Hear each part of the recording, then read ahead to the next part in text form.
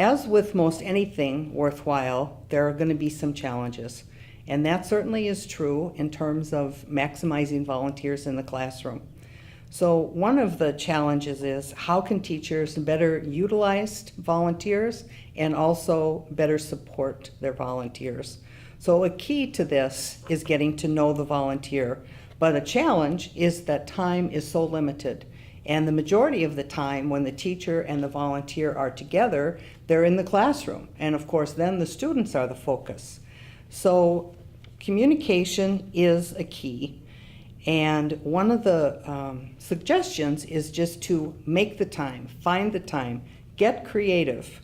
And a possibility is to ask for a resume of the volunteer and take the time to review it. Discuss the relevant experience and training that you see there and ask the volunteer about it. Are they comfortable teaching? Maybe they've been a teacher. Maybe they've conducted workshops more in a corporate environment. How comfortable are they with the type of students that you'll be working with? Maybe they're your typical K through 8 or K through 12, or maybe they're adult language learners from several different cultural environments. So discuss these things with the volunteer, and definitely share with the volunteer relevant information, kind of basic things like schedule information. There's going to be a holiday next Tuesday, so be sure not to come to volunteer. Or we're going to be conducting some standardized testing next week, so I won't be needing your help. You have the day off. Sometimes it's helpful for the volunteer to know what the student needs are or student capabilities. So if there's information that's going to help the volunteer serve the students better, be sure to share that with them. Some teachers even go so far as to draft and share a job description for the classroom assistant with the volunteer. So whether you have an actual job description for the volunteer or not, be sure that the volunteer knows your expectations. For example, one common expectation in many classrooms is that when the teacher has asked for everybody's attention up front to present something or to make an announcement or do some part of the teaching, they often do not want anybody, including volunteers, to be talking while they're trying to make that part of the presentation. So that would be an example of the volunteer knowing your expectations. Even though you might be on the very edge of breaking through with a student and the 9s times tables or whatever, if the teacher has asked for everyone's attention, it means for the volunteer to stop talking as well. Be sure for teachers to welcome and reintroduce the volunteer at the beginning of each class. Even though many times volunteers have been coming for months, sometimes years, to the same classroom, very often there are new students, particularly in the middle of a session or a semester, or it's so easy for students to actually forget the name of the volunteer. And the introduction or reintroduction of the volunteer by the teacher kind of makes the occasion more official, like you are truly a part of the classroom. Another suggestion for teachers is to be sure to thank the volunteer. Remind the class to thank them at the end of the classes. Most volunteers love to be appreciated. So any way that you as a teacher can do that is often very welcome by the volunteer. Think about things like using the volunteer's name in a word problem or an example.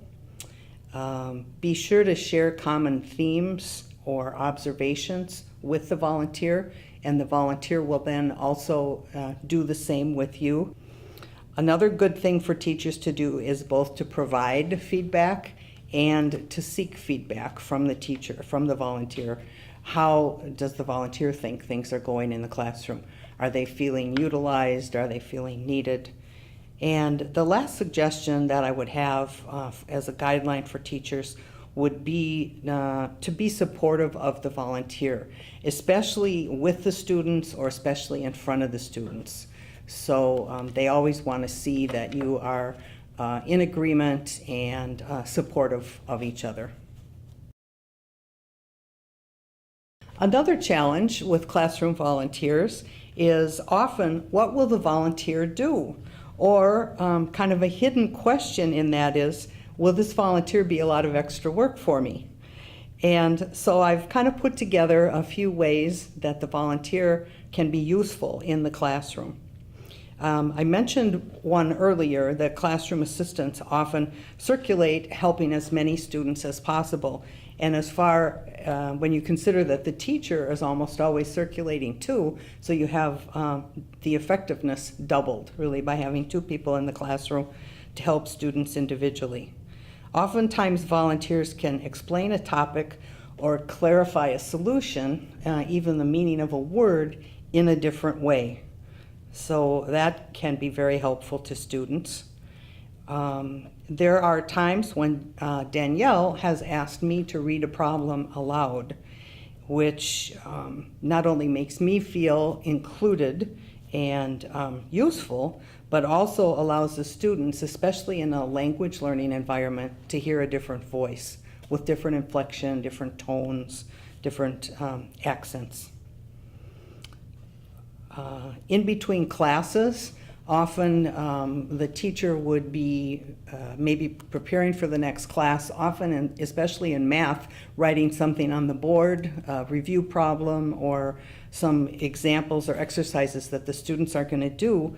And in between class, there usually is not a lot of time. Sometimes students are needing to speak with the teacher. Sometimes the teacher is needing to speak with students, vice versa, attendance, getting ready, wrapping up from the last class. So writing a problem on the board could be helpful. Sometimes there might be some impromptu photocopying. Didn't realize that you didn't have a sufficient number of copies, or you decided maybe kind of impromptu to use a different worksheet than the one you had originally planned. For a helpful volunteer, there really is no job that's too small. Sometimes it's the little things that can make a difference and save time for the instructor, like erasing the board, if you know that the instructor is finished with what is on the board, or even something as simple as helping to distribute books or papers so that all the students distribute them or collect them.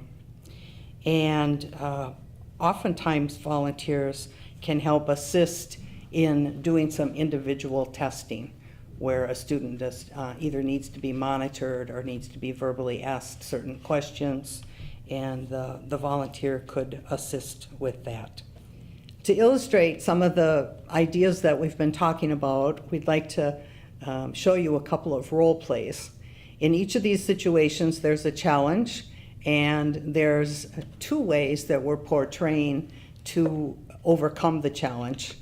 Not that there couldn't be other ways, but just take a peek and see what you think would be maybe the more effective way of the two.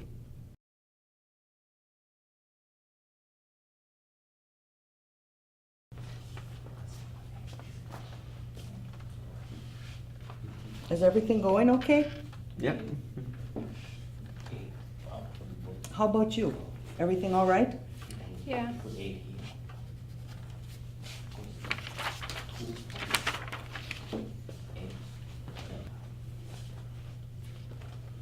Hi, Luis. Hi. How's it going with this map? Good. Yeah? Good. Can you tell me a little bit about how you solved this one? Just how to figure out how long is the distance the Richa Falls to Corpus Christi, Okay. and just how to multiply the miles. Yep. To figure out the miles and the inches. So you multiplied 170 by 2 Yes, it's and got that. 340 miles. Great. Keep up the good work. I'll come back in a little while. Thank you. Mm-hmm.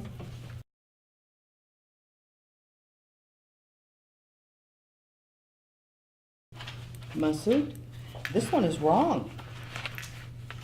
I thought it was right. Well, I don't think so, not according to the answer book. Masood, I think you might want to recheck this one. Can you show me how you did it? Oh, okay. I was adding 0.1 Okay. plus 0.01. Okay, So the zeros, they'll just add up to 0. and okay. then